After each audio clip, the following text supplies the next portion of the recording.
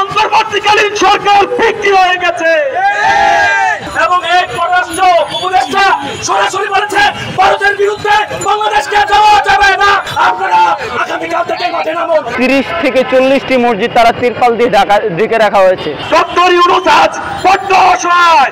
এই interim government ভারতের কাছে বিক্রি হয়ে গেছে। আমরা ভারতের এই অবস্থানের নিন্দা জানাই। মানব সভ্যতা বা মানবতা এটা সকলের জন্য। গত কয়েকদিন ধরে ভারতীয় মুসলমানদের উপর তারা নির্যাতন নিপীড়ন করতেছে। আমরা দেখেছি যে গতকালকেও ভারতীয় পুলিশ প্রশাসন এই বিষয়ে বলতেছে এটা নাকি তাদের ঐতিহ্য। এর থেকে হাস্যকর আর কি হতে পারে?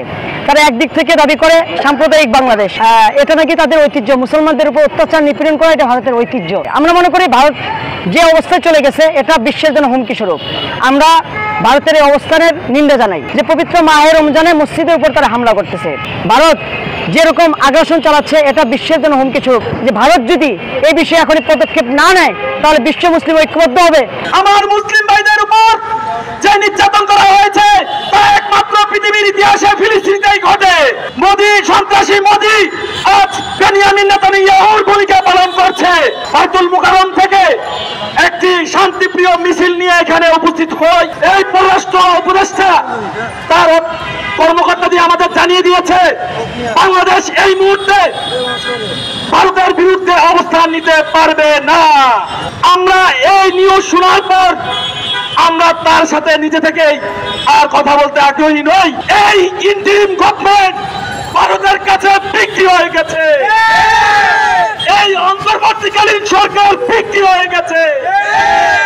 আপনারা এখানে জনগণের ভোটের ম্যান্ডেট নিয়ে আসেন নাই, আপনারা যোগ্যতা নিয়ে আসেন নাই, আপনারা এসেছেন জুলাই অভ্যুত্থানে লাখো ছাত্র জনতার রক্তের উপরে পা রেখে।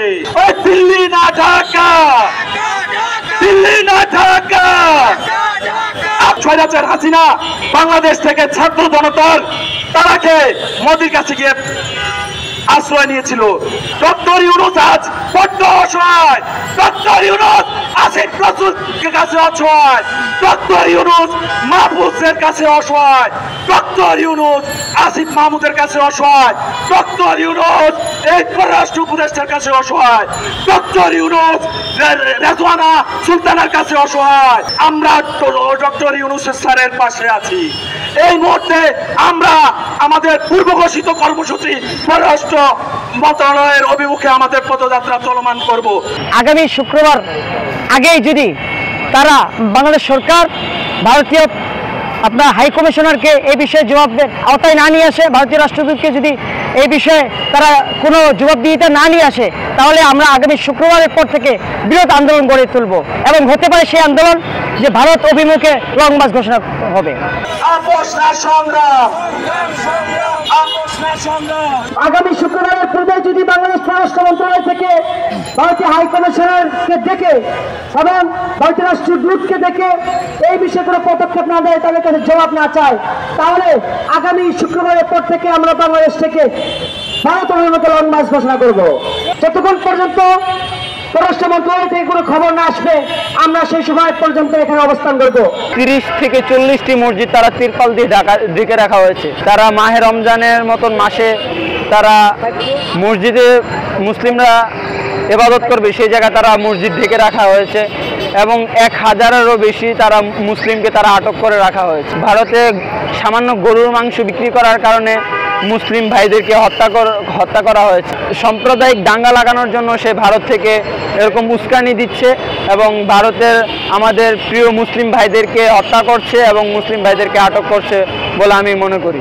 আমাদের হিন্দু ভাইরা রাস্তায় নামে ভারতীয় প্রশাসন 1 মিনিটের জন্য চুপ ছিল না, ভারতীয় মিডিয়াও এক মিনিটের জন্য চুপ ছিল না।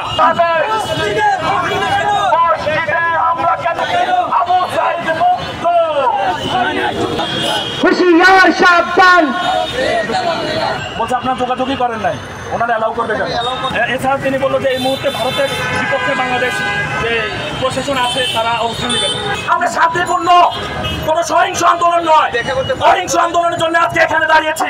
আমরা রাজ্যে বিশৃঙ্খলা চাই না, আমরা জোড়া অভ্যুত্থানকারী, আমরাই আমরা এই দেশে আমাদের রক্তের উপর দাঁড়িয়ে এই ইন্টারিম গভর্নমেন্ট দাঁড়িয়েছে, তারা আজকে তাদের মতো ভোট বিলাস করছে এবং এই পররাষ্ট্র উপদেষ্টা সরাসরি বলেছে ভারতের বিরুদ্ধে বাংলাদেশকে যাওয়া যাবে না। আপনারা দেখেন প্রশাসন আমাদেরকে এই বন্ধ গেট পর্যন্ত দাঁড়াতে দিচ্ছে না। আপনারা আগামীকাল থেকে মাঠে নামুন। তৌহিদি জনতা যদি আবার জুড়ে বিপ্লব না ডাকে, বাংলাদেশের জন্য আবার অসহনীয় সংকেত আছে। আমরা 24 ঘন্টার আলটিমেটাম দিয়ে আজকে এই সমাবেশ শেষ করছি। মনে রাখবেন, আসিফ নজরুলের পতনে ভয় করি না মরণে।